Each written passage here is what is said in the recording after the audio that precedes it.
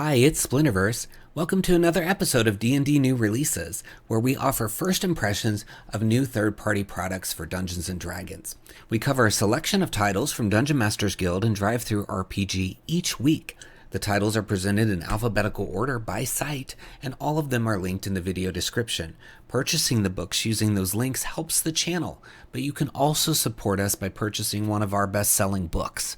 Our newest release, Swarms of the Multiverse, offers over 70 brand new creatures, including their associated swarms. Plus, you get instructions on how to make your own balanced swarms, and lots of bonus materials such as 4 new demiplanes. We've got lineages suitable for any setting, as well as optional lineage rules in our Van Richten's Librum of Lineages. With our Potions Unlocked book, we have over 100 pages of material to take your potions to the next level in your game. Our Feywild companion offers 150 pages of Feywild fun for players and DMs. Also, our book, Fizban's Vault of Draconic Secrets, contains over 50 pages of dragon-themed player options, including a subclass for each class and much more. Please support the channel by purchasing one of our books using the links in the video description. Before we look at the new releases, let's check out this week's exclusive discount from Splinterverse on all our social media channels. It's Of Dragons Deep, a 6 to 8 hour adventure for 4 to 5 characters of 4 to 6th level. It's 40% off through our discount program. It's normally $4.95. Authors Goblin Scrawl Games, PJ Perillo and Zach Jennings. It's 16 pages, and this is the 4th installment of an Into the Underdark adventure series. Characters come face to face with the heretofore unseen puppet master behind most of the strife and chaos in the shadowed hollows, Glidrith the Chosen, a dreaded deep dragon. It's 6 to 8 hours, and it's got 3 all-new maps of Glidrith's lair and those of her minions, 2 all-new monsters, including an ancient deep dragon and her warlock of the deep dragon, and a new player option with the Deep Dragon Patron, as well as unnumbered maps so that you can use those in your VTT. And then the other adventures, they're listed down here if you want to get all 4 parts. But let's take a look inside so you get to see 4 of those pages. So you got your background, your adventure summary, and then information on the lair here. With keyed locations, really cool looking layer. You've got some water and some of the areas here. I like that map. Then you've got different other numbered areas. So we'll read a little bit of the flavor text here at the beginning with the Umber Hulk ambush.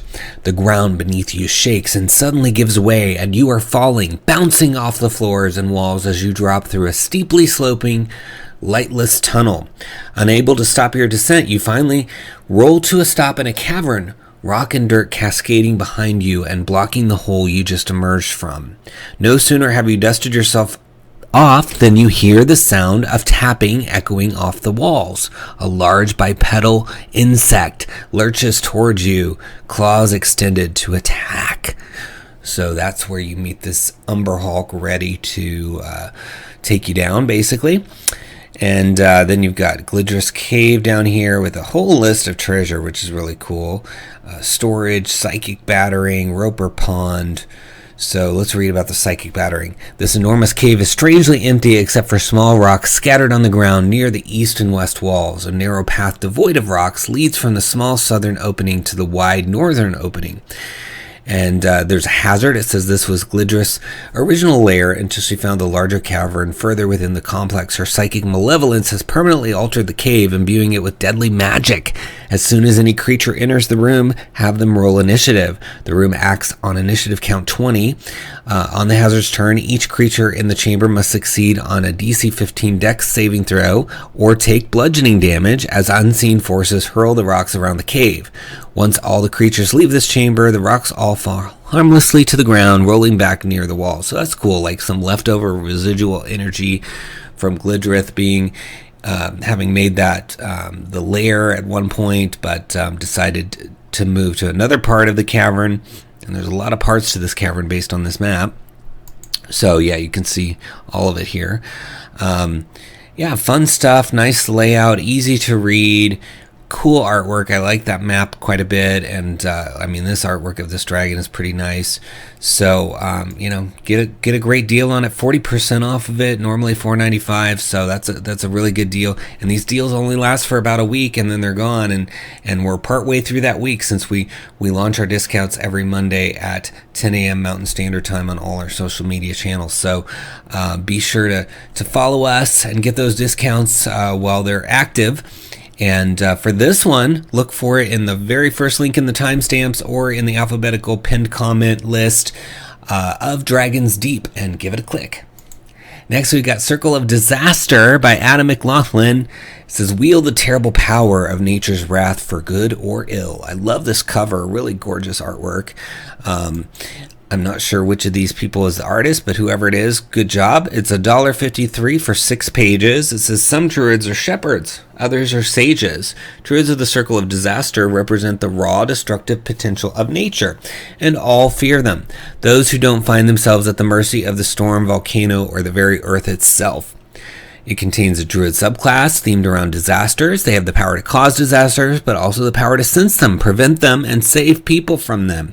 Choose one of several spell lists representing blizzard, drought, famine, earthquake, flood, etc. These lists give you access to spells that invoke the disaster of choice, but also give relief from it. Then cast spells as an omen, a special wild shape that unnerves those who lay eyes upon it, as it represents a coming catastrophe.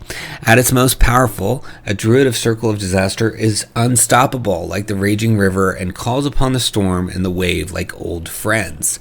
So, in addition, you're getting 5 new spells like Dire Blizzard, which summons a storm so cold it can leave your enemies not but icy statues. Eruption, cause your own personal volcanic eruption, complete with toxic gas, venting, and lava bombs. And then there's also Hurricane, Ocean's Grass, and Rock Throw. So, and it says here, cover art by Lojonskar. Very cool. And, yeah, I like the concept of this a lot. I mean, it seems like a natural fit. I'm surprised somebody hasn't done it already. And it's cool that they've added some additional spells, because since they're giving spells for each type of disaster, they probably needed some new ones. So that was smart to add some as well. So looking inside, you can see it goes through the parts of the Circle of Disaster, then it goes into those 5 spells. So here are those spell lists. So Drought and Famine is going to get things like Infestation, Dust Devil, Locate Animals or Plants, Create Food and Water, Plant Growth, Blight, Ice Storm, Greater Restoration, Insect Plague, and 𝙁𝙘𝙀𝙀's Horrid Wilting. So I like that they're doing, not just spells that are going to cause the disaster, but also things that you would use in response to that disaster. So that makes it really a thorough spell list. And then they've got Earthquake with things like Rock Throw, Enlarge, Reduce, Erupting Earth, Transmute Rock, and of course Earthquake itself. So yeah, pretty cool. I like the direction of this. That's the only ability we're getting to see is these lists, but I love the ideas.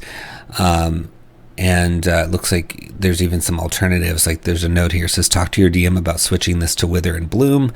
So, of course, if they don't have the Strixhaven supplement, that might be a challenge. But if they do, that's an option. So it's nice that the author is giving variations here. Not everybody owns every book, right? So it's helpful to do things like that. So really cool. I like that. Let's read a little bit about the intro here. So it says, the Circle of Disaster represents druids who are most closely attuned to the planet and the subtle changes in its energy. They can sense the shift in stone that portends a quake, and they know well the quiet that comes before the storm. Some druids of the Circle wish to see those disasters at their most destructive.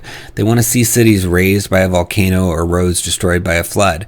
They will use their connection with nature to find places where disaster is next to strike, and use their power to ensure it strikes most devastatingly. These vicious druids often revere evil gods of nature. Other more harmonious members use this connection to prepare for disaster. They warn the captain not to sail out into the storm or plead with the village to leave the path of a landslide. So very cool. It gives you some opportunities to turn this subclass into an NPC, which is always an option, but I like how they've covered that in the lore as well. So that gives the DM some options. I mean, I guess you could have a villainous character too, but since most campaigns are more heroic, it's probably going to more frequently be seen as an NPC for one that's evil like that. But I love that, covering all the bases and giving you extra spells while they're at it. So check it out under Circle of Disaster in the links below and give it a click. Next we've got The Domain of Dovumax, Return from the Shadowfell by Justin Gagliani, and it's part 17 of the Sword Coast Coup series. It's $4.99 for 40 pages. It's for level 17 characters and takes at least 2 to 3 sessions and is the second to last in the series. In it, our heroes will travel to Yartar in order to reclaim the city from Dovumax, the ancient blue shadow dragon. But along the way, they will have to cleverly work together to defeat an entire army of undead, close a portal to the Shadowfell, and then slay a dragon. It's designed to test your players and is not for the faint of the heart. So there's 12 random encounters as well in here. There's a trap-riddled dungeon, and enough combat to appease even the craziest murder hobo. And that's pretty cool. I love that the series has gone on for a while. So this is part 17, and it says there's, it says second to last, so there's going to be 18 parts to this. So if you want like an 18-part adventure, it seems like each one is around the level of its number. So this is part 17 and is for level 17. So you could go from 1 to 18 just playing this series, which is pretty cool. So looking inside, there's a lot of stuff to see, including getting into Yartar. Let's take a look at some of these random encounters, because Justin always does some really good random encounters here. So it says the players begin to approach a hilly area of the path. They're about to enter an almost valley-like section between 2 steep hills. Do they want to head straight through or go around one of the hills? Unbeknownst to the players, there are 2 Cyclops, one on either hill, waiting to push boulders into the valley in order to crush them. So if they walk into the valley, they will have to make a dex saving throw. On a success, they avoid the boulders. On a failure, they take bludgeoning damage. Then they roll for initiative. If they walk up one hill, then it's just a straight roll for initiative. Roll against the second Cyclops secretively.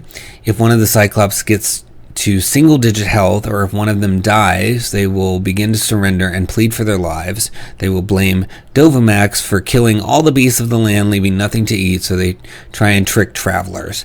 They will beg for food. If the players help, they will give the party a broom of flying.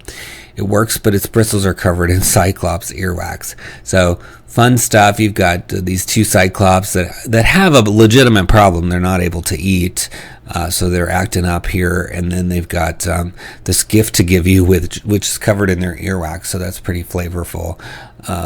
It's nice when you have something like a broom of flying, which is a magic item from the DMG, and then you put some new flavor on it, like the earwax stuff here. So that's pretty cool.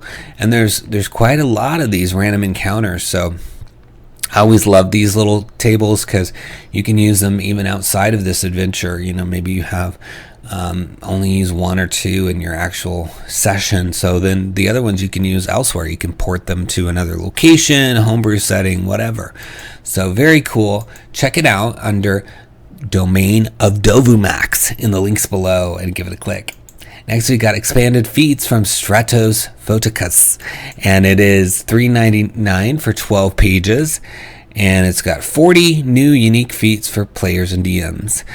New feats for every character, level restricted feats, and new racial feats post Monsters of the Multiverse. And then you've got some of the author's other books here that you can check out.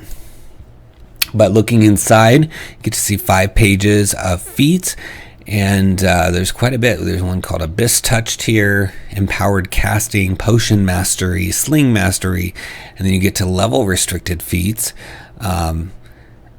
such as Fighting Style Mastery, Magic Exemplar, Soul of the Chromatic Dragon, etc. So we'll just read a couple of these for you. I want to read the Abyss Touch. That sounds fun. So it says your exposure to the magic of the Abyss has changed you, granting you the following benefits. Increase your strength, dex, or con by 1. You learn the Shadow Blade spell and 1 first level spell of your choice. The first level spell must be from the Illusion or Necromancy School of Magic. You can cast each of these spells without expending a spell slot. Once you cast either of these spells in this way, you can't cast that spell in this way again until you finish a long rest. You can also cast these spells using spell slots you have of the appropriate level. So very cool. And then let's take a look here to see one of the ones that's level bound. So Soul of the Chromatic Dragon, you have to be at least 8th level. It says you've manifested powerful aspects of the Chromatic Dragons, granting you the following benefits. So your Con, Int, Wisdom, or Charisma goes up by 1. When you gain this feat, choose one of the following damage types. So they list acid, cold, fire, lightning, or poison, and you gain resistance to that. Then you have, it looks like a breath weapon. As a bonus action, you can spew magical energy in a 60-foot cone.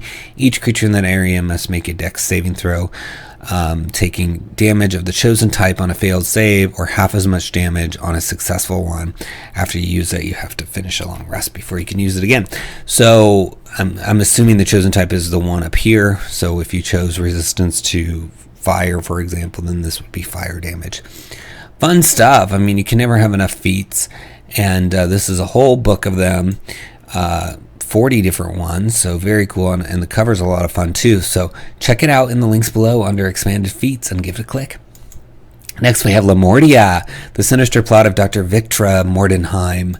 And it's from Brian Decker, $4.99 for 30 pages. It says, in a land where the pursuit of knowledge has driven people to monstrous sins, no genius or immorality surpasses that of Dr. Viktra Mordenheim. The fearsome scientist holds life so cheap she will manipulate the bodies of the adventurers as a means toward her latest fascination. It's an adventure for characters levels 3 to 6, optimized for a group of 5 characters. Body horror is a major theme of the adventure. At a session 0 or prior to character creation, ensure that all players are interested in the body horror. And yeah, you got to check on that. And it says it builds on information in Van Richten's Guide to Ravenloft, and it's an homage to the 1994 second edition Ravenloft adventure, Adam's Wrath.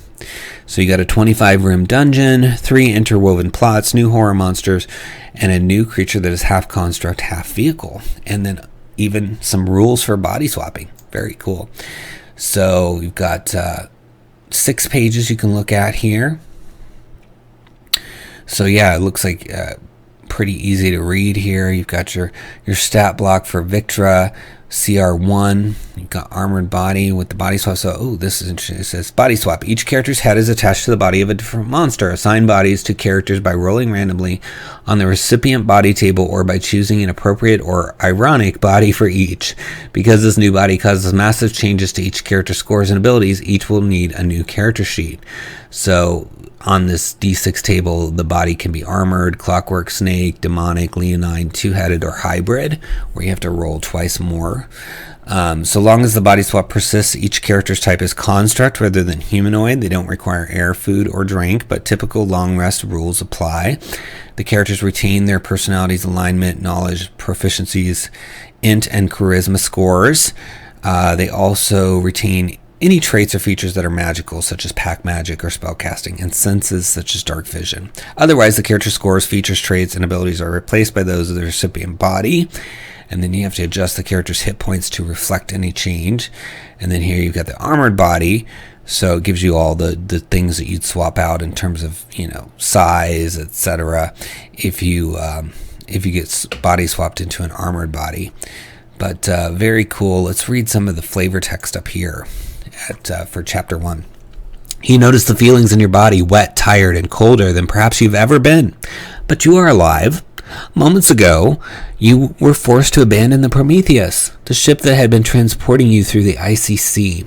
Now the great steam-powered icebreaker founders 100 yards away. Soon its wreck will be below the surface.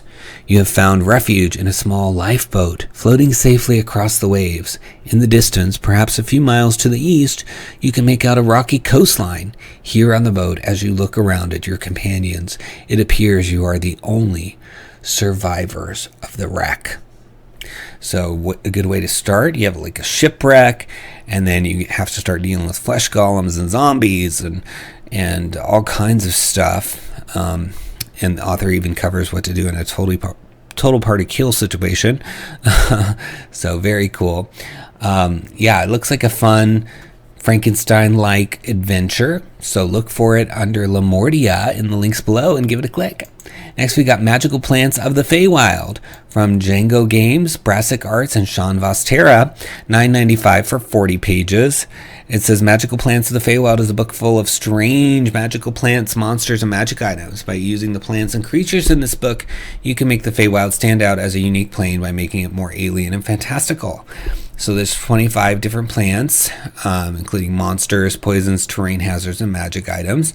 Then there's 12 plant-themed magic items, 15 monsters, 12 are plant monsters, and the three others are plant-themed. And then you've got some subclass options, including the Fighter subclass, Knight of the Roses, the Barbarian subclass, Path of the Mighty Oak, and the Monk subclass, Way of the Dancing Petals. And it includes 5 quest hooks and 5 encounter ideas. So you can see some of the artwork here. Notice that there is a link down here to get it 50% off, so in its first week. So once you follow our link, you can just click this one to get a lower cost. And you've got all these different images here of the different plants, and then you can see some magic items like a bag of growing, dragon's rose, ghostlight oil, etc., and then some images of those. And then here's something called the Dear Lord, which is challenge rating of 7. And yeah, so lots of fun stuff. Let's take a look inside. So here's your list of plants. So everything from the Adfectus tree all the way down to the Wandering Copperwood. And then you've got your monsters, just lots of fun stuff. So plants, magic items. So here you can see one of the profiles of the magical plants. So it's got, what biome is it in, the seasonality, and its rarity. And then, of course, the lore about it. And then you get the usage and effects. So it's a harvestable resource for a spice here, or it can be harvested for a toxin. And it tells you what the toxin does. So, and then, of course, here's a picture of the spice. So let's read about one of these in just a moment, but let's scroll through first so you can see how many different cool little things are going on in here. You've got something called Straying from the Path. Getting lost may work differently depending on how the Feywild is structured, so it gives you some help with that. And then you've got ghost lilies, ice plants. Yeah, just lots of fun stuff. So you can read quite a few of the plants. There's other things like subclasses in here that you'll see, when you purchase it. But it's cool that you get to see so many of the different plants. And, you can just never have enough plants to make a place interesting and different to players. It feels more alien and not like Earth when you can describe the various plants that are surrounding you as you traverse that area. And the Feywild especially, because the Feywild is kind of like overgrowth, right? It's just nature run wild almost. So having lots of different plants and things is a really good idea. So let's find one to read here. I think the Ghost Lily looks really fun. Let's Ghostlight. Sorry, not Ghost Lily. Ghostlight lilies. Fields or forests, typically more common in summer and fall, uncommon to rare. Ghostlight lilies are delicate plants with translucent white petals edged with purple. These grow short, often barely clearing the grasses around them, and tend to form mounds or grow in clusters. The flowers of the ghostlight lily remain closed during the day and open up once the sun sets. As they do, their deep purple stamens release small motes of light that hover a foot or so above the flower, shedding a 5-foot radius of dim violet light. This curious phenomena is thought to attract moths and other nocturnal pollinators and makes for magnificent, if an eerie, sight. If plucked from the plant, the ghostlight lily's petal will quickly wither away and disintegrate into a fine dust, leaving behind ethereal petals attached to the receptacle of the flower. These petal apparitions remain for 1 hour after the flower is picked, providing 5 feet of dim light if carried or worn. The origins of this plant are hazy. Some say that they originate from other planes. Others claim ghostlight lilies form where margins to the astral plane grow thin. In any case, fey creatures fear ghostlight lilies and may have perished as a result of the flower's psychic resonance. As a result, they harbor deep distrust towards those who carry the flowers and will destroy the plants on sight. So cool. backstory. You've got some backstory that you can use. Maybe you come upon an animal that's been wrecked by this, or maybe somebody's using one of these petals that has been removed. And so they go, well, what is that? And then you find out all about the Ghostlight Lily. And then you've got a terrain hazard and then harvestable resources. So Ghostlight Lilies resonate with psychic energy. If a creature within 5 feet of a Ghostlight Lily takes psychic damage, that creature takes an additional psychic damage from the effects of the flower. The effect occurs as long as the creature is within the light of the lily, regardless of whether it is in the ground or picked from the plant. And then you've got the creature deterrent and the Ghostlight Oil, which are basically different things. Like the Ghostlight Oil is a magic item that you can it says with the creature who succeeds on a DC 22 check with the herbalism kit can craft a special weapon oil called Ghostlight Oil. The Ghostlight Lily's ethereal petals only last for 1 hour, and it is difficult to craft more than 1 vial within an 8-hour period. Cool. Okay. So lots of fun stuff with just this Ghostlight Lily, and that's just one, right? Each of these is going to have all their different usages, their description, their lore, the various things that you can do with it. And that's cool, like I said, because you're going to make these places seem way more fantastical, and then you're going to get some subclasses in here as well as some monsters. So it's got a lot going on, and it's $9.95. But if you click our link and then click their special discount link, you can also get 50% off. So very cool. So check it out under Magical Plants of the Feywild in the links below, and give it a click. Next, we've got Spells of Antiquity, Volume 9. It's for letters M and N.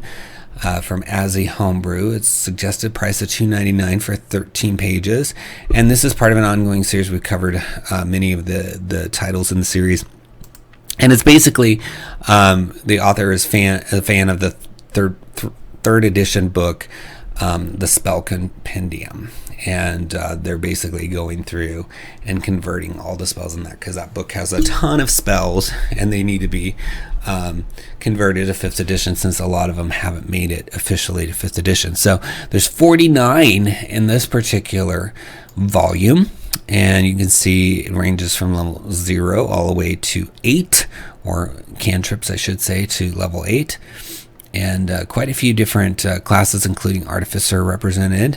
Actually, it goes all the way to 9. I didn't see the second page there. So every level. So we'll start right off with Maddening Scream. 8th level, 1 action, range of touch for Bard, Cleric, Warlock, duration of 1 minute. With an incomprehensible word and a touch of a hand wrapped in black magic, you reduce your foe to a screaming lunatic. For the duration, the target has disadvantage on saving throws.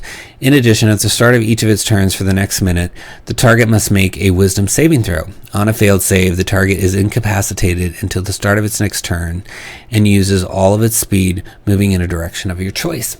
So, very cool. And there's just a lot of really fun spells in here. And you get to see basically the whole book. So you can read through all these spells, see if it's going to work with your campaign. So let's read about Nightmare Lullaby. It's a 2nd level enchantment. It's an action to cast, and it's got a range of 30 feet with concentration up to 1 minute for the Bard. You twist the perception of a creature you can see within range, placing it in a surreal sleepwalking state. The target must succeed on a wisdom saving throw or be affected for the duration. While affected, the target cannot take reactions and must roll a d10 at the start of each of its turns to determine how it acts this turn. And then the behavior list here. So the first option is the target briefly sees through the nightmare and can move and act normally. But at the highest level here, it says the target sees twisted enemies all around itself and uses this action to make a melee attack against a randomly determined creature within its reach. If there is no creature within its reach, the creature does nothing this turn. At the end of each of its turns, the target can make another wisdom saving throw. On a success, the spell ends on the target. When you cast a spell using a spell slot of 3rd level or higher, you may target 1 additional creature. So, very cool. Just a ton of stuff in here for a pay-what-you-want price of $2.99. And again, reviving some of those spells from older editions. I always love that. So check it out. It's under Spells of Antiquity 9 in the links below. Give it a click. Next, we've got Waterdeep Tavern Defense, a one-shot adventure for 3rd level characters by Ivan Atanasov, and it is $2 suggested price for 14 pages. And it says, the party has been hired for a simple mission. Make sure the Slumbering Prince Tavern doesn't get wrecked during the rowdy Midsummer Festival. And what better motivation than 200 GP per person for a single night of work? Sound too good to be true? Well, here's the catch. All damages to the tavern are to be deducted from that amount. And there's no shortage of festival goers looking to unwind by wrecking other people's stuff.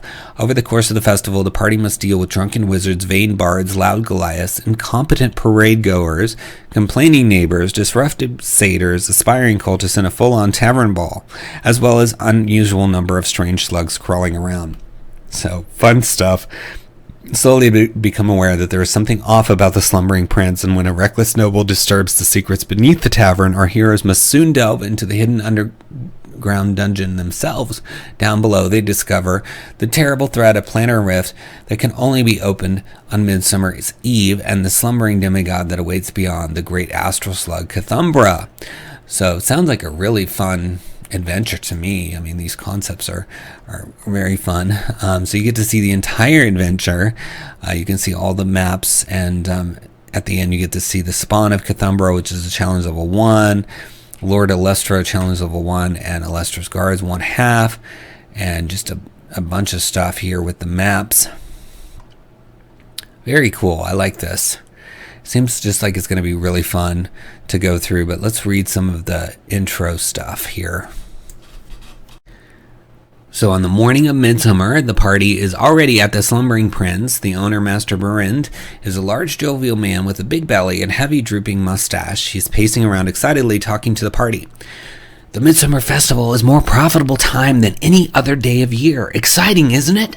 However, among our kind paying customers, there are always a few tough, mean bastards who come to wreck my new tables, break my tankards, spit on my bar, damage the mezzanine, shatter my windows, piss on my doors, harass my waitresses, and start bar brawls. Need I go on?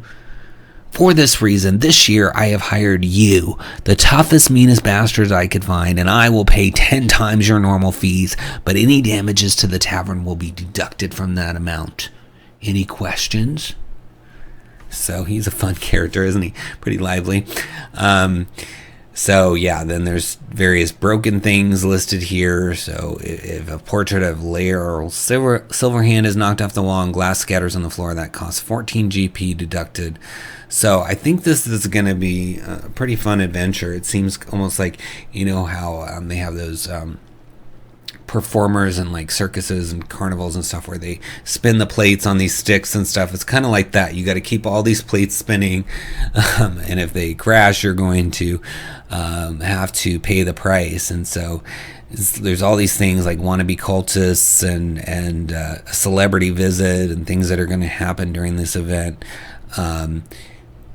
There's some satyrs, an attempted sacrifice, a tavern brawl, various things. And then, of course, you've got that portal in the basement to deal with. So very fun. I love the concept of it and the story behind it.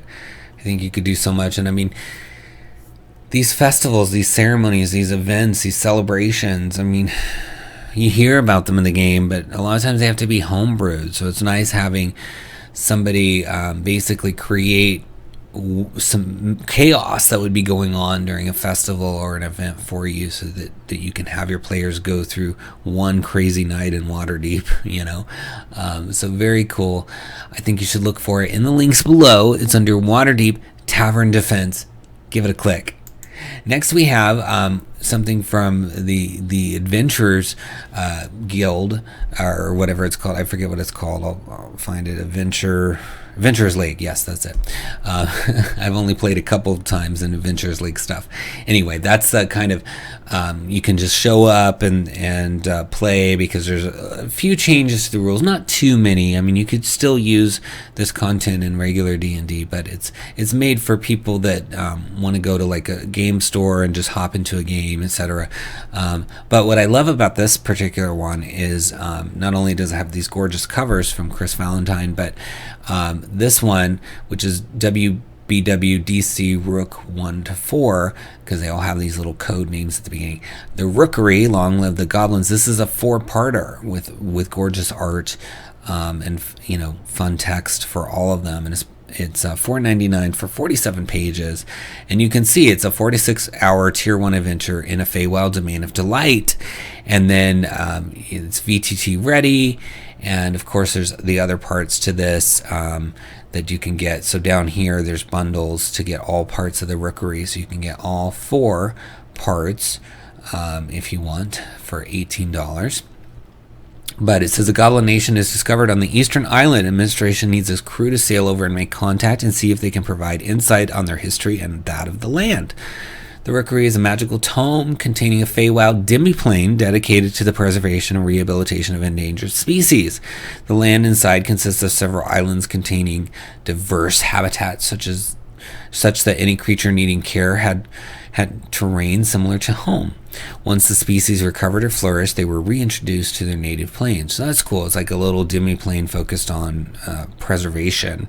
Unfortunately, before the domain truly flourished, the book along with an entire Fey Queen's library was banned and then lost. It was ultimately forgotten, and the land within it left to its own devices for many hundreds of years.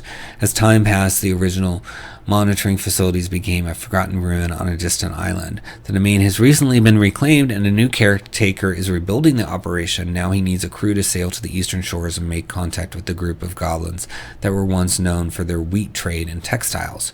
So the party sails to the Goblin City, fights monsters, uncovers border tension, and finds interesting keepsakes, all while learning about a new goblin culture. So that's really fun, and I love that it involves this domain that's in a book, because you could put that book anywhere. You know, after this is done, maybe it gets lost again and it shows up somewhere else, or you could just, excise it from this book and put it into, your own homebrew situation. So pretty cool. So it goes into the domain here, and then you got features of it like travel to it, time passage, inhabitants, etc. And then you've got the Archfey, background, adventure hooks, overview, and then you've got your flow chart, and then here's your call to action. So lots of fun stuff, even something here on the Goblin language, a little sidebar on that. So yeah, it just looks really fun, and I love that it's continued, because you don't always see that with the Adventure League stuff. So it says, when the characters arrive in Elventree, read or paraphrase the following. The small sylvan settlement of Elventree is built into the trees on the southern edge of the Moonsea. The hustle and bustle within the town is centered around a large, hollowed-out tree. This tree is the local temple, the Hall of the Unicorn. Beyond the tree, Rory Tanglefoot's treehouse can be seen marked by a red streamer dancing in the wind. His quaint domicile looks like it's seen better days. A rabbit folk figure can be seen pacing the porch that juts out from the tree trunk 10 feet above the ground. So pretty cool feelings that you get from that about this little magical place called Elventree. And then it goes into the Bastion of Rebirth, and the journey begins, the ocean journey. And then there's somebody named Bella that you encounter, and it says she knows that the nation is inhabited by goblinoids, but not which kinds. She's aware there are fields of purple wheat. She has read that they make many wonderful breads from the purple wheat. She does not know how warlike the goblins are, or if they are easy to talk to. She knows that there are records regarding the goblins that date about 75 years ago, and just a whole host of things that she can convey. So yeah, it's just I just think it's a lot of fun. Really cool little domain of delight bundled in here, and then like I said, it's part 4 if you want it to be, or you can run it on its own. It's still tier 1, so you could run it on its own. But yeah, very cool stuff. I really like this, and I think it could be a lot of fun. Just looking through it, there's just, I don't know, just a really good feeling about this domain of delight and how reusable it is. I mean, this whole thing called the Rookery, right? I mean, it just seems really fun to have a domain built into a book. So I think you should check it out. It's under WBW DC Rook 1-4 in the links below. Give it a click. That was our last DM's Guild title for this week. We're going to move on to DriveThruRPG and see some exciting titles there. But before we do, consider purchasing our latest book, Swarms of the Multiverse. It just came out. It's over 180 pages of fun with swarms and regular monsters, 70 new creatures, including their swarm counterparts. So that's over 140 stat blocks. And you've got all sorts of bonus information because each of the creatures gets a minimum of 2 pages devoted to it. So you've got magic items, you've got factions, diseases, demiplanes, all sorts of goodness connected to them, and they each come with tactics on how to incorporate them into combat, as well as adventure hooks, with over 150 total adventure hooks in the book, so that you can have a minimum of 2 adventure hooks for each creature, so you can quickly see ways that you might work them into your story. Then we've also got the Feywild Companion, which is over 150 pages in print and digital for the Feywild, with all kinds of subclasses, monsters, adventures, magic items, spells, anything you could want for the Feywild is in there. And then we've got Fizban's Vault of Draconic Secrets, which is, it's got all kinds of dragon-themed stuff, including subclasses, magic items, draconic gifts, of course, a new familiar, trinkets, and more. Then we've got Van Richten's Librum of Lineages, which is all about that new type of race called Lineage. There's 4 distinct ones in there that you can use in any setting, as well as optional rules to help you manage lineages in your campaign, how to remove them, how to join them together for a chain of lineages, etc. And then we've got Potions Unlocked, which is over 100 pages in digital or print, and it covers potions from every angle, whether it's how to create them, optional rules for them, 30 new potions with short stories for each one, including how do they taste, what do they smell like, what are some of the ways to make the potion, and what are some of the warnings about using these particular potions. And then you got fully stocked vendors, VTT maps, everything you could want. And then we've also got Secrets of the Draugr, which combines the Drow and the Duergar into a brand new race with some surprising characteristics in terms of, they have deities, they have really fun way to do fortune telling that you could actually act out on your table if you want. It goes through how to do that, and just lots of cool stuff and secrets waiting in there for you. And those are all linked in the video description and the pinned comment. But I hope that you will check those out alongside all the wonderful titles this week. We've also listed all of those, and if you click any of those links and do any kind of shopping, we will get a small benefit financially through their affiliate program. So please do your shopping with us and support all these awesome creators. And while you're here, please subscribe to the channel, like the video, leave us a comment. I will respond to all of those personally, and be sure to follow us everywhere, because we're giving away free content throughout the week, including Money Saving Mondays, where we have those exclusive discounts. So be sure to check all of that out. All right, let's move on to DriveThruRPG.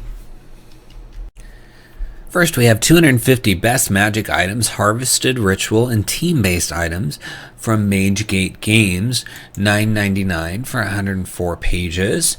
It says, give 5th edition fantasy heroes and villains an edge. Give them the 250 best magic items for all 5th edition character classes.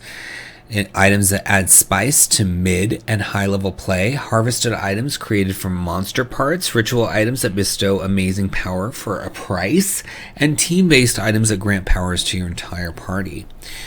So it's perfect for players and game masters to get some new items going in their campaign.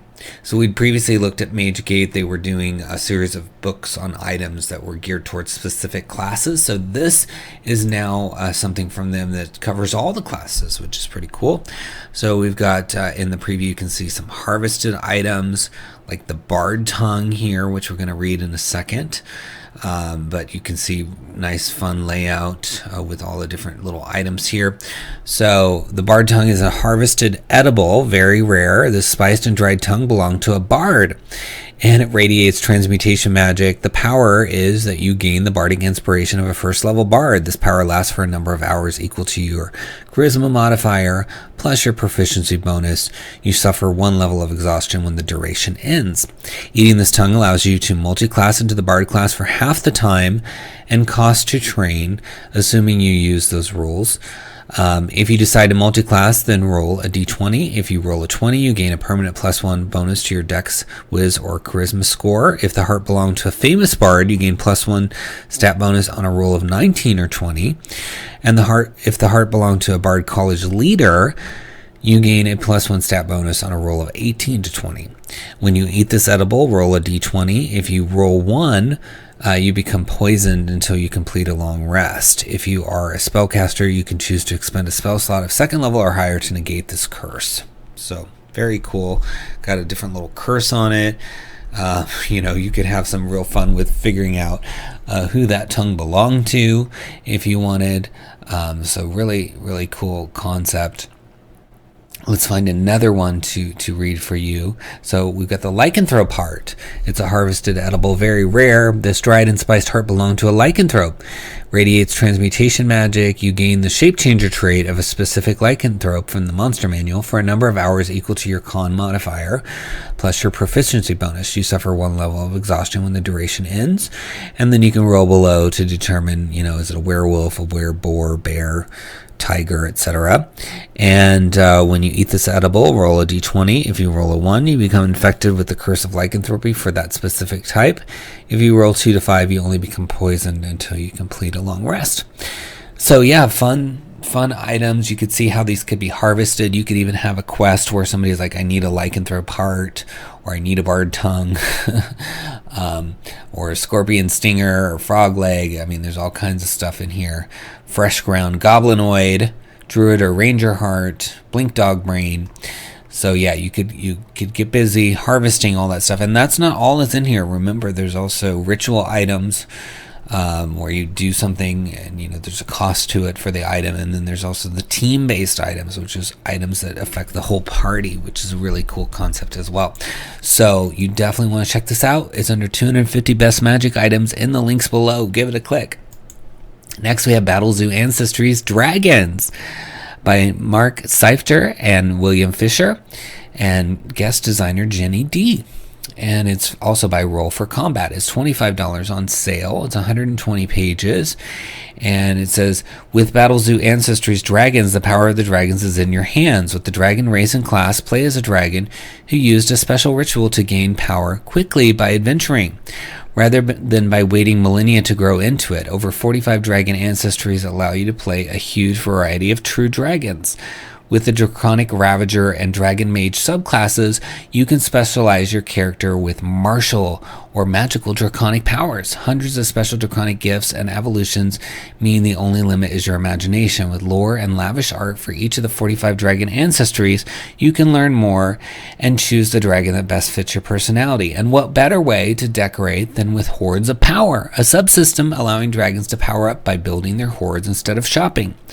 So you've got a new race in terms of dragons called the Dragon, and then you've got 45 unique playable ancestries to go along with that, which would be like sub-races, including Amber, Apocalypse, Astral, Black, Bliss, Blue, Brass, Brine, Bronze, etc. And then you've got a new class as well called the Dragon, with two new archetypes, the Draconic Ravager and the Dragon Mage. And then you've got 200 unique gifts to build your custom dragon, including 37 first level gifts, 58 6th level gifts, etc. And then you got 45 pages of lore for including every dragon ancestry gets some lore. And then you've got alternative rules for leveling your dragon PC using Hordes of Power, and just a lot more. And look at this beautiful artwork. I love these pictures they've drawn here. So this would be a dragon sort of enjoying its horde power. And then down here you got some, since you can play as a dragon or you can have a class of a dragon, this would be an adventuring party of dragons, which looks pretty fun, right? And then you've got battles with some dragons going on here. So the art is really beautiful, and you've got a video down here to watch on it. There's no preview, so we can't show you the inside, but it just looks really fun with beautiful artwork, and it's 120 pages, so we had to make sure you heard about it, and that you can find out all about these dragons. Again, Dragonlance is coming at the end of this year, so starting to experiment with dragons as races, dragons as options, could be really cool. Get you ready for when Dragonlance comes later this year. Or maybe you bought Fizban's Treasure of Dragons. You're looking for another way to use that book. I think it would work well with this one. So there's just so much going on, and the artwork is just stunning. So I think you should check it out. It is under Battlezoo Ancestries in the links below. Give it a click. Next, we have The Doom That Came to Astraeus. It's part of the Chronicles of Aeres, and it is from Dueling Dragon Adventures, $9.99 for 192 pages. Authors Greg Lambert and Franklin Mills. That's a good price for 192 pages. This is a land out of time, forgotten by all but the heroes of a savage age. These heroes are yourselves, your kings and queens, warriors and wizards, thrust into a struggle for survival. You face the doom that came to Astraeus, the dark curse of the eons and the source of this realm's misery. A wasteland of death lies before you, but also promises of honor, glory, and treasures untold. Dare you free Astraeus from the shackles that bind it, or will you wrest the land's power for yourselves? The Doom That Came to Astraeus is a complete sword and sorcery inspired setting guide with a huge new adventure and campaign for 5th edition. Eldritch sorceress queens, cursed catacombs, and unceasing hordes of bestial monsters stand in your path. Take up the mantles of the greatest heroes the realm has ever known and slash your way to ultimate victory. So it's got races, monsters, quests, dungeons, encounters, etc. And then there's a video even you can watch as well, so I recommend checking that out when you come to this page. But looking inside, you get to see 17 of the 192 pages, and you can see they've got beautiful artwork, interesting layout, so you can get the feel for this sort of savage era. Reminds me of like Conan or Red Sonja, or just any of those older tales. And look at these cool little frog folk, and it looks like that might be one of the races. I don't know. It says of the 3 cursed tribes of Astraeus, the Frostvir of Eleusis are by far the friendliest, most jovial, and kindest, although they're fiercely loyal to their own tribe and quick to resort to bloody violence in the name of defending their kingdom. Perhaps their demeanor was the result of being twisted with the forms of docile amphibian creatures, unlike the vicious carnivorous fates of the Sliskvir and Orenvir. So you're getting to find out all about these little frog folk, and talks about their appearance. They look like anthropomorphoid frogs, being half human and half amphibian.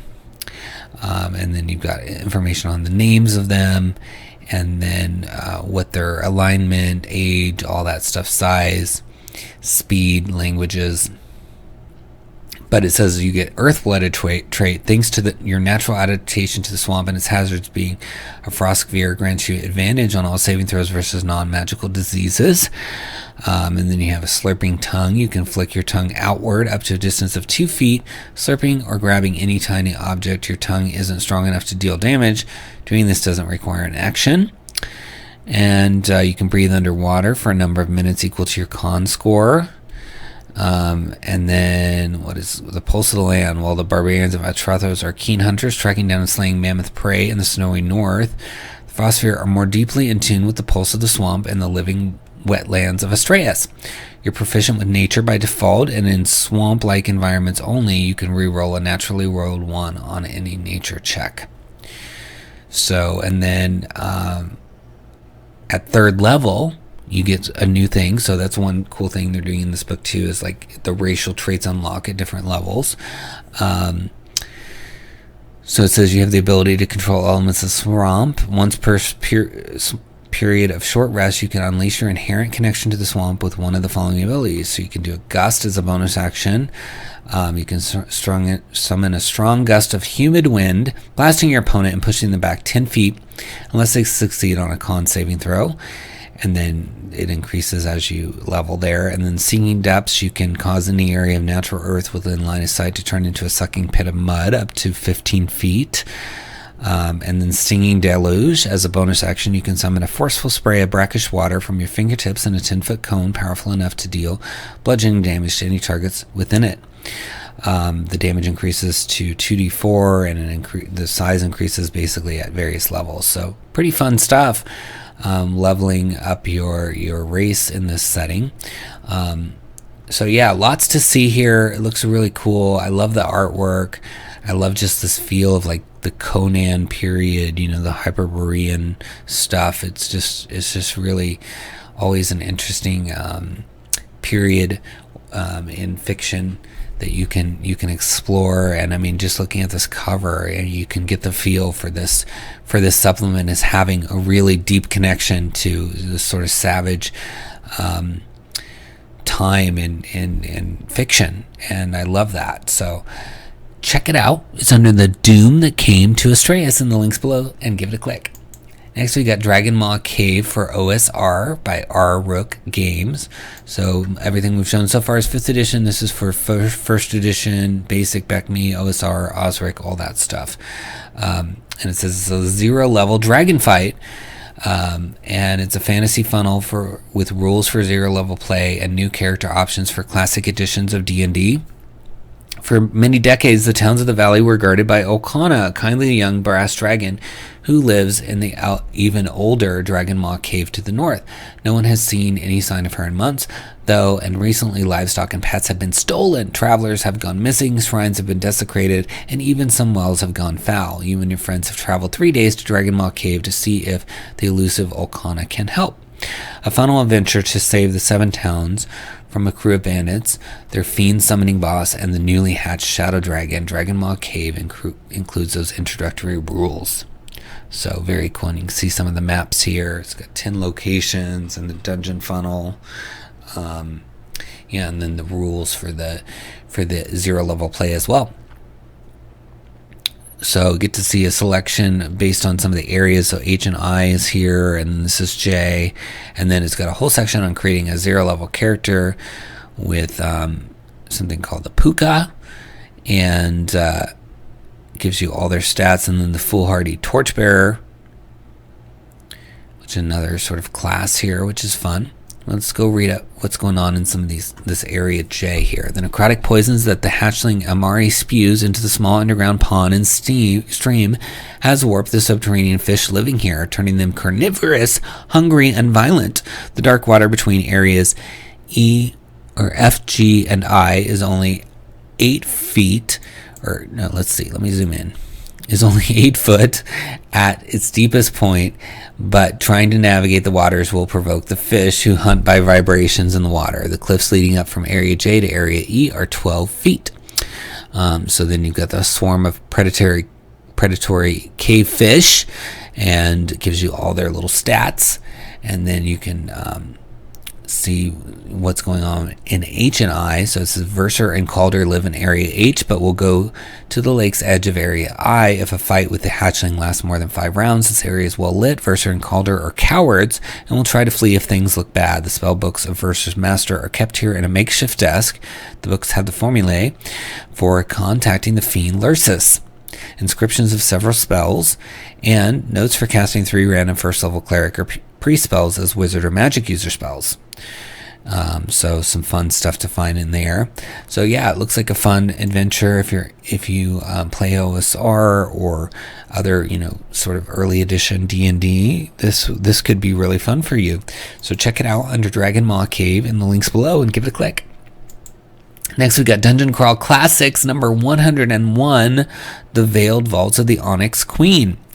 And it's also a level 0 adventure.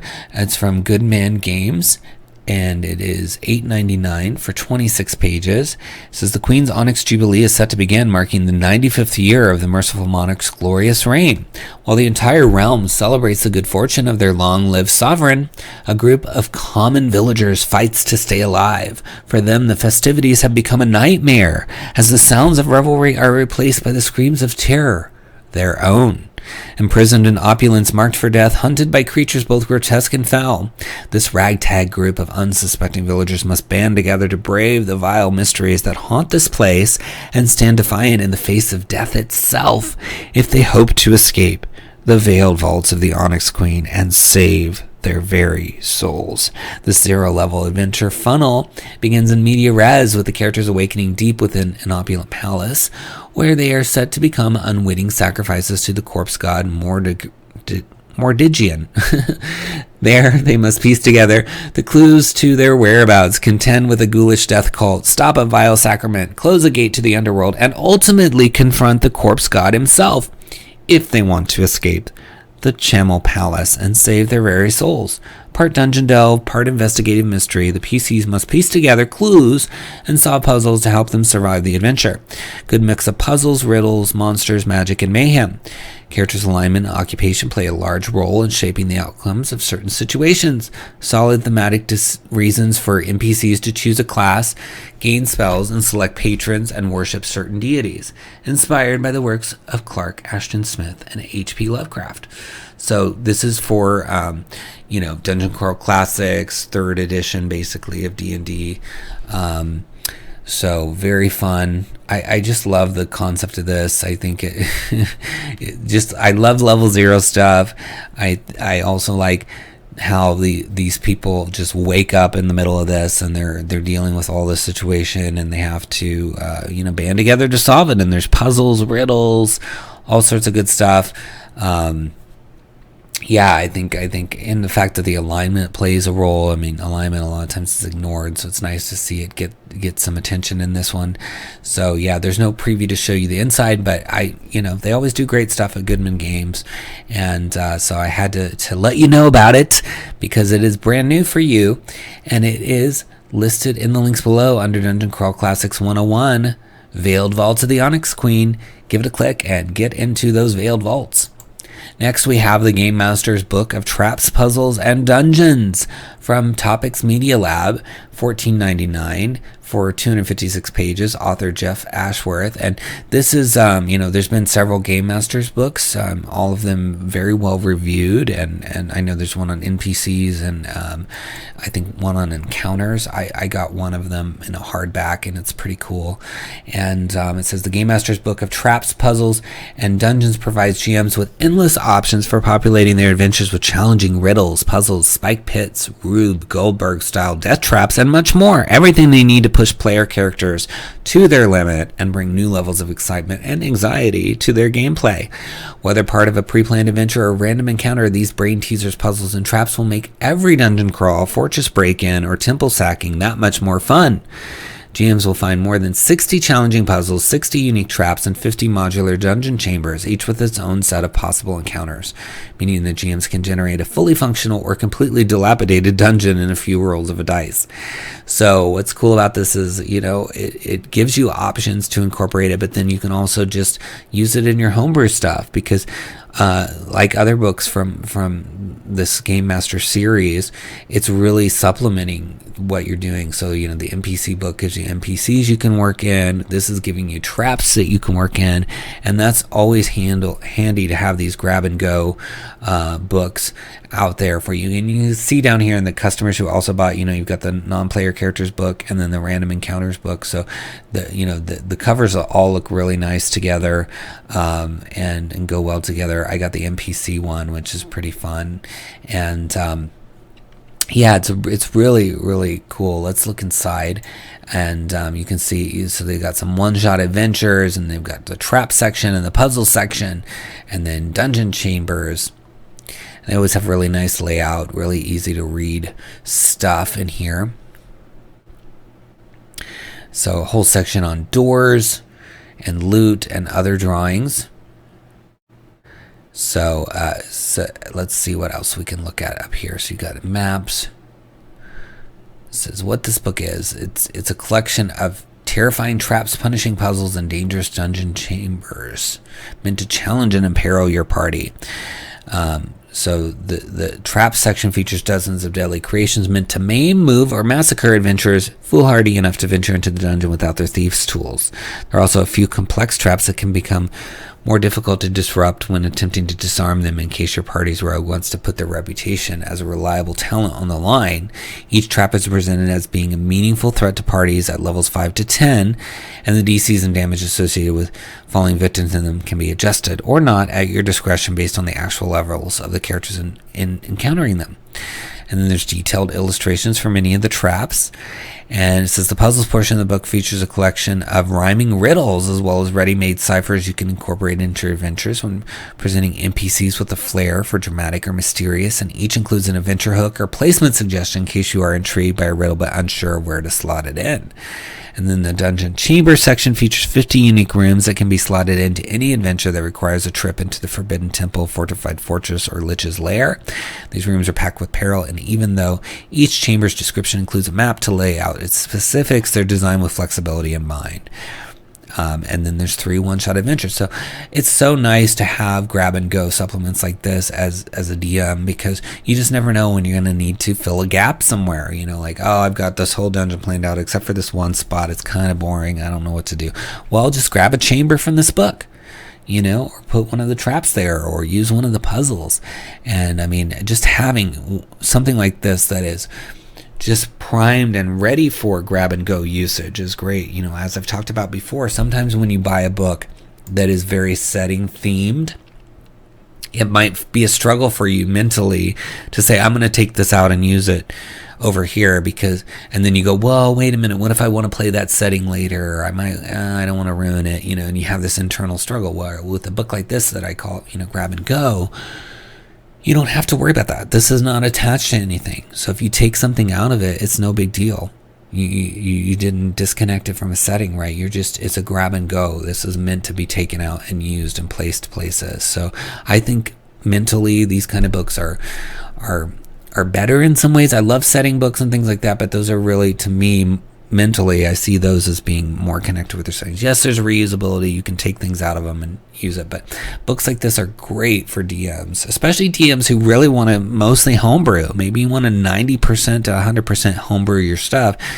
Books like this are great because it just fills in that one little gap, or gives that one little cipher or one little riddle that you just wanted to plop in there, and maybe you just are exhausted or you don't have time, right? So definitely think this is a worthy investment to have, to just grab and go when you need it. So check it out.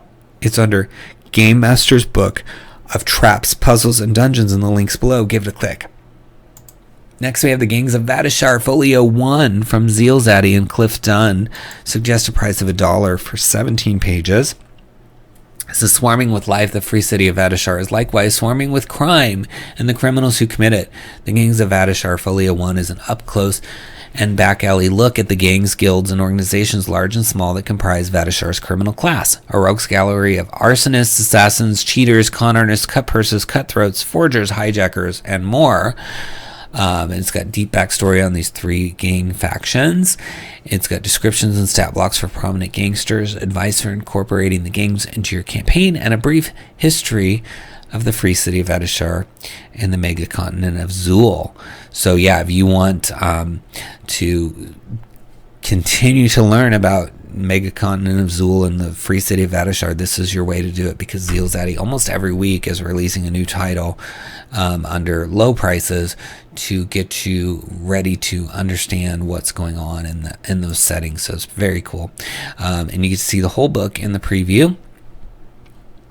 So you've got the different factions, and you know, of course, the beginning is the intro to Vadashar, etc. So this goes into the various gangs that are going on. So you got the Proctorial Colleges, Mardix's Bastards, and the Child Gangs of Vadashar, and the Bashar Brothers. And then you've got their stat blocks, CR 1 and 2 here, and then you got the Daybreakers and the Medina Wolves, and with the stat block here, CR2. So yeah, lots of fun stuff. You know, you can always use new factions, even if you don't want to use them in Vadashar. You can use them in your own campaign. So let's look here and read about a little bit about them. So the criminal guilds. Not just anyone can find work as a thief in Vadashar. There are codes regulating what sorts of crimes are acceptable within the boundaries of the free city and who can commit them, and pity any rogue who tries to ply her trade without the sanction or protection of one of the city's criminal guilds. If you so much as cut a purse and you're not paying dues to the criminal guild, someone cuts your throat. Rising from the unrevealed peace, a new day dawned among Vadashar's criminal class. Under its terms, criminal guild members are considered respectable citizens unless they are caught in possession of a stolen item, at which point they face penalties ranging from fines to the loss of a finger, hand, or the whole of one's skin. Knowing that peace and order were good for business, the leaders of the free city's most powerful gangs began to consolidate themselves, absorbing smaller criminal organizations and crushing those that wouldn't get in line. Using the city's proctorial colleges as a model, the newly enlarged and consolidated thieving fraternities organized themselves into criminal guilds with a mandate to oversee illicit activities within a given geographic region, mediate conflicts between members, and squash unwarranted and unacceptable violence in their neighborhoods, and ensure that innocent citizens and visitors were not preyed upon, at least beyond a reasonable measure. So, love the history, just tons of lore for these various factions. You know, sometimes you get a faction and you get like just a paragraph or two, right? Cliff and 𝙤𝙤𝙬𝙯 are giving you way more than that. And of course you get stat blocks. So you get characters to meet along the way with these factions. And that's super helpful whether you're going to play in Vadashar or homebrew and use some of these groups for your own. I think, when you have a lot of lore, it's also inspirational because it inspires you, if you're a homebrewer, to come up with your own things as well. So either way, you get like this really robust lore, or you get something that inspires you for your homebrew stuff, and it's all at a super low suggested price of $1. So check it out under Gangs of Vadashar Folio 1 in the links below and give it a click. Next we have Humblewood Campaign Setting from Hit Point Press. Authors Christopher Pinch, Matthew Graveland, Jordan Richer, Andrea Bruce, and T.R. Rowe. It's $29.99 for 224 pages, 5th edition.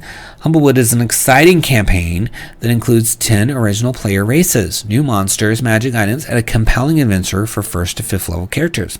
In the world of Everden, nestled between the mighty Crest Mountain Range and the vast marshes of Mock Fields, lies a mystical forest known as Humblewood that hums with the great rhythm of nature. It has been ruled for generations by the bird folk who inhabit the great tree city of Alderheart. Humblewood has endured for centuries thanks to industry and compassion of its people. But now the fires have come and the woods have been thrown into chaos. Flames ravage the land and destroy the homes of the humble folk, stoking a growing resentment against the bird folk whose cities have managed to avoid the worst of the fire so far. Hatred burns in the hearts of those who have lost lives they cherished, and these once peaceful peoples now take up the sword and turn to banditry. The disaffected turn their gaze on Alderheart and threaten to reduce an age of peace to ashes. Yet there is still hope. Even in these dark times, brave heroes can be found within the wood. Only they can quell the raging flames that have been unleashed upon the land and restore balance to the realm. Will you answer the call? And you can see it looks really beautiful here in terms of artwork and layout. And it's got the full adventures, 10 playable races, new backgrounds, feats, and spells. So there's no preview, but we're going to try to zoom in here a little bit so we can see maybe some of these images a little better. I love this map here. This is just gorgeous map for this little Winnowing Reach area. Really, really beautiful. It says part 1 of the adventure is designed to start a party of first level characters off on their journey in the world of Humblewood. The kinds of characters players create will influence how the campaign begins. If characters are not playing races described in this book, perhaps they've heard legends of Humblewood and have traveled or were brought here to explore the wonders of the forest. So you got Sleepy Meadowfen. It's been quiet for as long as anyone can remember, and life here goes by slowly. But it's fallen on hard times. Seasonal rainfalls haven't arrived, leaving the fields barren. To make matters worse, trade wagons sent to provide relief have gone missing, fueling rumors of bandits prowling the roadways. Fire-based creatures are venturing closer to the village than ever before. So yeah, and fire would not be good with all the wood here. So I'll just read some of the flavor text here. There is a commotion in the village square. A wounded Strigg woman limps toward the Meadowfen elder's home, staggering and catching herself on the side of a well. She is bloodied, and her tawny feathers are singed and flecked with ash and soot. So it's a bird folk, Kara Stormsinger. She left a week ago to investigate the smoke to the north. So you get to find out what happened. But again, I love this map. I think that's just beyond beautiful. And I think it's just going to be a really fun book for people.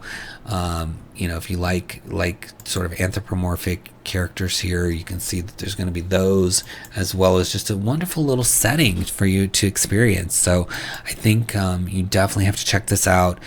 It's going to be really fun. I mean, 224 pages of this goodness is just irresistible. So check it out under Humblewood Campaign Setting in the links below and give it a click. Next, we got Penumbral Curse from Kelfessel's Tales. What horrors await those who dare step into the cursed dragon's lair? And for 5th edition, and it's for average party level of 7, and it takes about 1 session or 3 hours. People speak of an area that is so twisted where even the animals there have become sick and deranged. Adventurers now seek to investigate this cursed land. So you can see sort of how everything's laid out here in the adventure.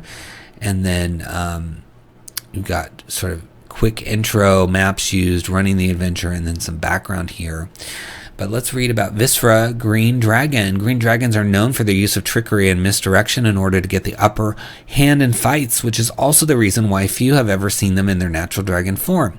Viscera is a green dragon that is trained in the ways of stealth and sneaky tactics, but has never used her skills to cause harm. Instead, she made sure she delivered justice on behalf of all the creatures that lived around her realm.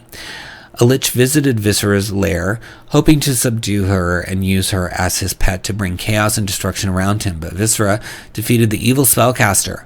With his final breath, the lich, in his anger, gave away his life and destroyed his phylactery in order to cast a powerful curse on the green dragon, forcing her to live as a maddened shadow of herself. And her desires to be left alone in her lair. She fears that people will find she has failed to defeat the lich and is suffering from the shadow curse. And the misbelief is that Viscera believes that nobody can help her with her curse, as it is something that she must find on her own. So probably there's a way to help her in here. But it's cool, this battle between a green dragon and a lich, and that you're thrust into the middle of it. I think that's a really cool concept, and quite a bit going on. You've got 3 acts and a prologue and an epilogue, and then it looks like some items in your appendix, as well as some background and information to support you running this adventure. So nicely organized, easy to read, and a fun concept. So check it out under Penumbral Curse in the links below and give it a click. Next, we have Prehistorica 5e from Why Not Games, available for $9.99 as a PDF, or you can get a black and white softcover for $19.99, or both for the same price. It's 28 pages, author Ken Spencer, and it says the 4th Weird Races book takes you back to a time when the familiar races of fantasy gaming were young, the world was new, and anything was possible. More than just a list of new races, Prehistorica can be used as the basis for a campaign set in the Stone Age or a portion of your game world that features people of an earlier era. So you get 6 new races, 4 new backgrounds, the Spirit Touch Sorcerer's Origin and Totem Spirit Warlock Patron, a host of Paleolithic and Neolithic inspired equipment and magic, and a 100 entry trinket table, perfect for your prehistoric campaign. So lots of stuff packed into this book. And here you can see some fun artwork already. It talks about each of the different things related to this Iceno. And they've got their traits here, and then you get into the Arana and the Cueva. So you get to see 3 of the races in this free preview here. So let's read about the Iceno. Known by many as little men of the hills, the Iceno are small beings that dwell in warrens beneath the hilly plains and in forest glades. They are ferocious hunters and eaters of meat. Indeed, the Iceno are strictly carnivorous. Their small stature and childlike features belie their stone-cold hearts and constant hunger. Their natural coloration, greens, browns, muted reds, and yellows, help them hide as they hunt. They're nomadic hunters, So they live in small warrens dug beneath hills or under open parts of the forest. And they're fractious. There's a dozen close-knit families, family being the only thing the Iceno won't eat. Even so, the families in a clan are often engaged in feuds over slights, hunting privileges, shares of prey, or anything else they can come up with. The clan will come together to build a new burrow, fend off a greater foe, or take down big game, but even a truce is short-lived. So then you've got, all your changes, including bottomless gullet. There is no limit to how much you can eat or drink. You are immune to food and waterborne disease or poison and resistant to poison damage. Buzzsaw mouth. You have a mouth filled with rows of sharp teeth that can easily tear through flesh. You can use your teeth to make an unarmed attack that inflicts 1d4 slashing.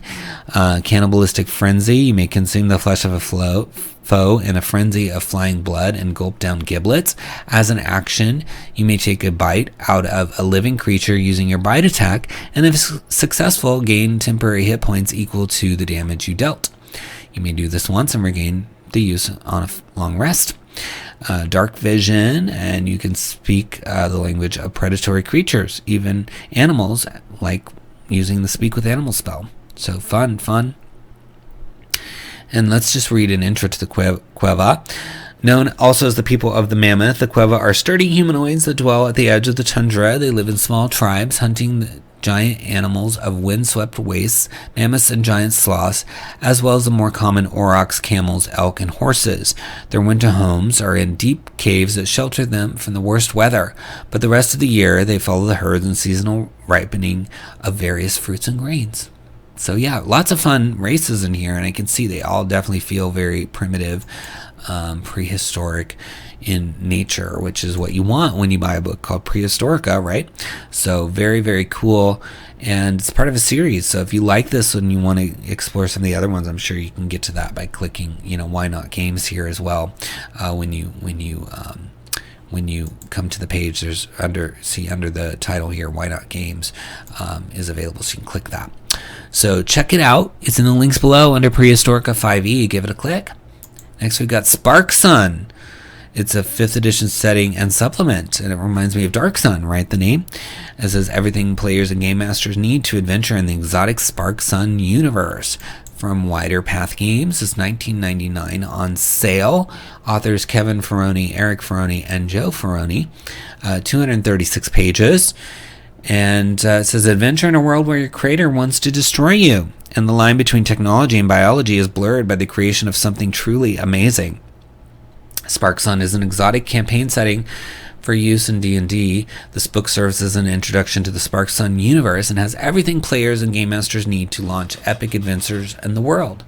It includes 4 new races, 7 new classes with unique abilities you've never seen before, a new power system with more than 100 powers to choose from, 80 new monsters with abilities designed to make encounters fun and fast, highly detailed world with more than 100 locations, each with descriptions, NPCs, gathering places, and suggested encounters, 35 special items, new rule systems for gaining renown, starting clans, taking trauma conditions to stay alive in battle, and writing spark contracts that physically and mentally bind creatures to the items.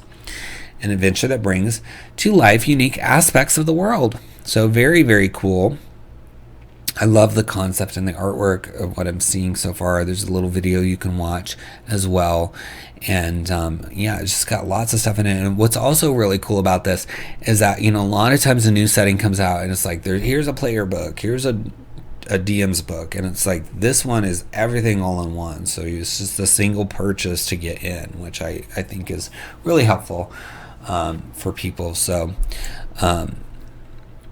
here you can see the contents, as I was saying. So part 1 player's guide and the part 2 game master's guide. So it's 236 pages, so there's plenty of room in here for both, and it's really cool. So you got your races and classes adventuring in your powers, and then you get into the monsters and the universe itself, etc. But I mean, look at this beautiful map here of the location. So yeah, lots of named places to explore. And here's the Spark Space. Very cool. Yeah, I'd love to get a print version of this. It looks so cool. And then it says this Spark Sun book is an entire campaign setting, including everything the players and GMs need. Again, love that. So very cool. Keywords and terms to know. So that's helpful. You go through the races. So yeah, you're getting to see 15 of these 236 pages, but I mean, how gorgeous is everything in here? So you've got the Sindarin are by far the most prevalent race. So that's cool. And it says that they outnumber the other playable races by a factor of 20 to 1. So they're very commonplace here. It says most major cities of Ysundera were founded by Sindarans. The second part, most populous race on the continent are goblins, which can be found in the chapter on monsters. So cool, you got some goblins to deal with, and there's a whole, they talk about the names and then the level, age, alignment, speed, etc. And then you got the phaser. So very cool. And their level. So it's interesting, yeah, because they're getting their traits at different levels, it looks like. So yeah, let's go back up and look at the Sindarin traits. So so you get the basic power, create flame, to your list of powers known, because again, you know, they got this power system in here, which is pretty cool. You may choose any skill from the skill list and gain proficiency in that skill at level 2.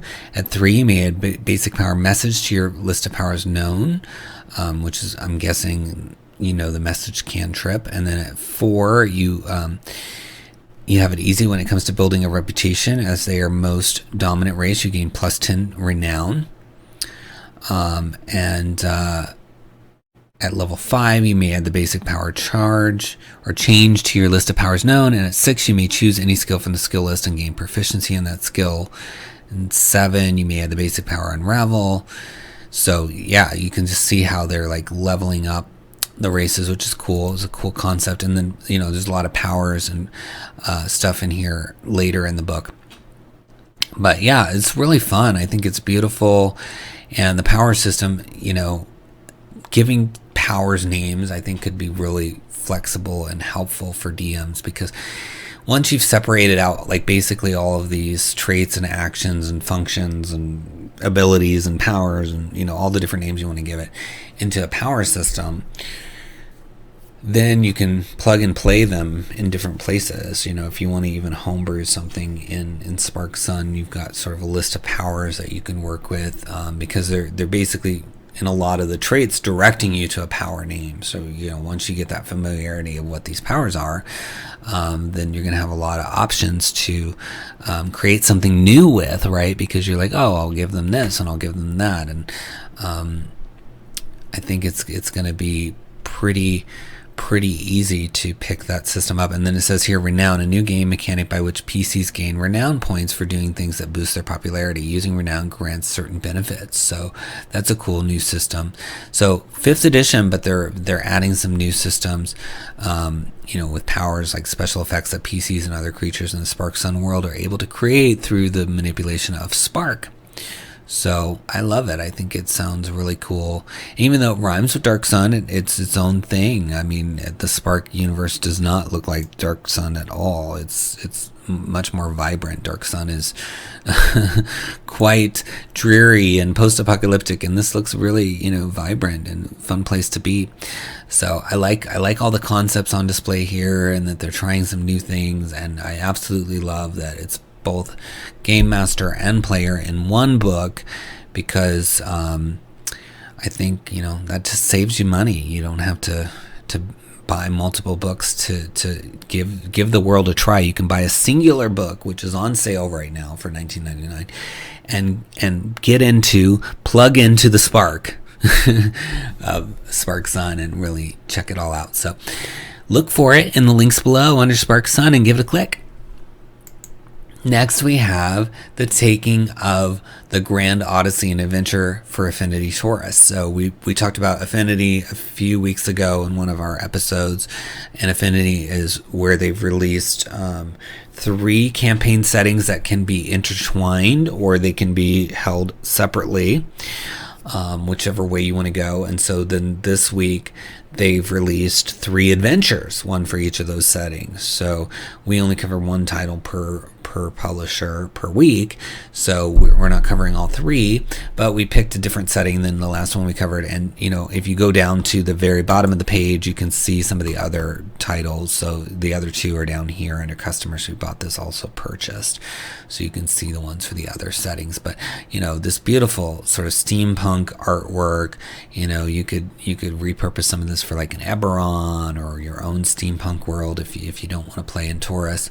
But it's pretty fun from what I can see, and it's by Deus Ex Machina Games and author Chris Diaz, and it's $4.99 for 47 pages. And it says 3 realities, 1 story. Affinity represents a bold, innovative approach to tabletop roleplay, a trilogy of worlds presenting unique ideas and rules but sharing similar themes, names, and even common menace. You can play in one setting or shift between all 3. It's up to you. It says this slam of Art Deco, steampunk, and post-apocalypse involves heroes traveling a Weird West fantasy world searching for treasures from a forgotten past. Machines rise from the ruins of a dead empire, while unique individuals manifest the magical powers of smoke. For everyone else, they survive upon the millions of miles of railroads while exacting justice from a barrel of an enchanted gun. So it's for 3 to 5 players at levels 4 to 6. Within the affinity setting of Taurus, throughout the adventure, characters should be expected to gain around 3 to 4 levels. Within the Badlands, an expanse littered with the bones of a forgotten empire, mists eventually emerged among the nomad rail runners. These tales spoke of strange apparitions, shrouded caches, and bizarre machines. While assumed to be just yarns spun by attention seekers, many of these legends were later revealed to be a reality. Such confirmations included the rise of the undead, living machines, various monsters, and ghost ships. Most of the legendary ghost ship is the Grand Odyssey. Rumors have proliferated of the treasures contained within the Grand Odyssey, a train that, according to well-known authorities, shouldn't exist. So let's look inside. So you've got all your little chapters here, including monsters at the end. So it talks about the known ghost trains, and then goes to the Grand Odyssey, adventure summary, characters. It's getting to see 20 pages, so almost half the book is available for you to see here, including lots of flavor text, and then those stat blocks. So we've got a CR2 and a CR3 here. So yeah, it looks like lots of fun stuff. I love the layout of this. I mean, look at all the it just really gives you that feel of steampunk, with just how they've laid it out, and the little even just the background feels like it's that graph paper that you would use to design something, on some of these things here. So let's read some of the flavor text here. So Unstoppable. The player characters will only be allotted a few minutes of preparation before Abigail pushes for a departure. She will encourage haste and direct the PCs to move at full steam out of town, occasionally shifting a line left or right. Nearly an hour passes outside of Cat's Hollow, trusting the instinct and direction of a stranger. The desert keeps its secrets with vision limited to only a few miles. And then the characters can scan the surrounding area, making perception checks. Eventually, after a few checks, a roll over 15 will notice something. So, a puff of smoke appears, unlike the dust plumes of the Iron Desert. It billows and rises as it shifts behind distant ruins. You can keep focus and strain your eyes, and a moment later, a shape emerges from the other side. British brick-shaped engine with a half-dozen cars trailing behind. As it rolls into view, you notice a rusted orange nose and steel paneling. The locomotive lacks windows, appearing as a moving slab of painted concrete. From what you know, this is not the target of your quest. As quickly as the desert is known and revels to do, the unsettled dust falls, opening the landscape around you. In the distorting desert heat, you catch sight of something moving fast. The distant terrain bows downward, and you can't make out much more than the sight of a darkening soot and smoke being sucked into the sides of the locomotive rather than ejected. A single beaming headlight rises into view, followed by chrome accents stressing a polished black bullet-shaped hull.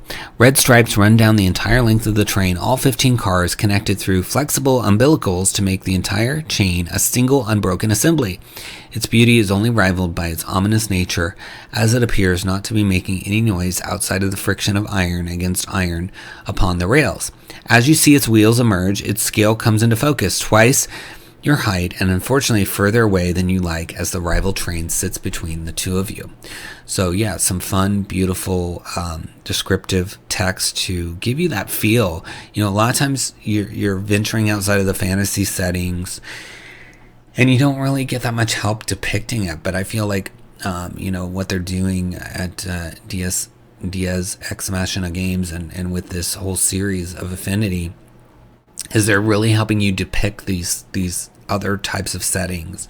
And that's so great, because once you start doing that, then you can create your own worlds like that as well. But yeah, it's scary to venture outside of traditional fantasy if you don't have that support. And I feel like Affinity's really trying with all this beautiful artwork, even the backgrounds. They're really, you know, the Affinity series is really trying to help you get there, and I love that. So I think you need to look for this. It's under the Taking of the Grand Odyssey, an adventure for Affinity Taurus, and the links below, and give it a click. Well, that was our last new title for the week. I just want to give you a quick sneak preview of what discount we're giving next week. It is on the gold bestseller Ravenloft Player's Compendium, which has 65 subclasses, feats, spells, and more for the Domains of Dread by Jeremy Forbing. So if you want some new lineages, subclasses, you know, feats that work for native characters as well as visiting, a bunch of spells. I mean, this book has a ton of stuff. Yeah, I bought it when it came out, and it's got a lot of fun things in it. So I think you need to be there at 10 a.m. Mountain Standard Time on Monday on all of our social media channels, you know, Instagram, Facebook, Twitter, and get access to this discount, because these discounts last for just a short time, and quite often they're higher than any automated discounts you would get, you know, from the site. So great to take advantage of those and get these awesome titles at, you know, some of the best prices you're ever going to see on them. So make sure you are following us everywhere.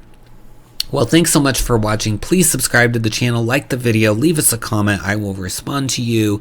Click all those links in the video description to support these awesome creators, encourage them to keep creating, and of course you're going to help the channel by doing your shopping with us. Any link you click or any purchase after clicking a link will help the channel, so please do that. And if you are a creator and you're watching this, please keep creating this awesome stuff. We want to see it. We want to talk about it each week, and you can do this. You've got this. It is worth continuing. Stick with it. Don't give up. And everyone watching, please keep having fun out there with your games, and until next time, happy adventuring.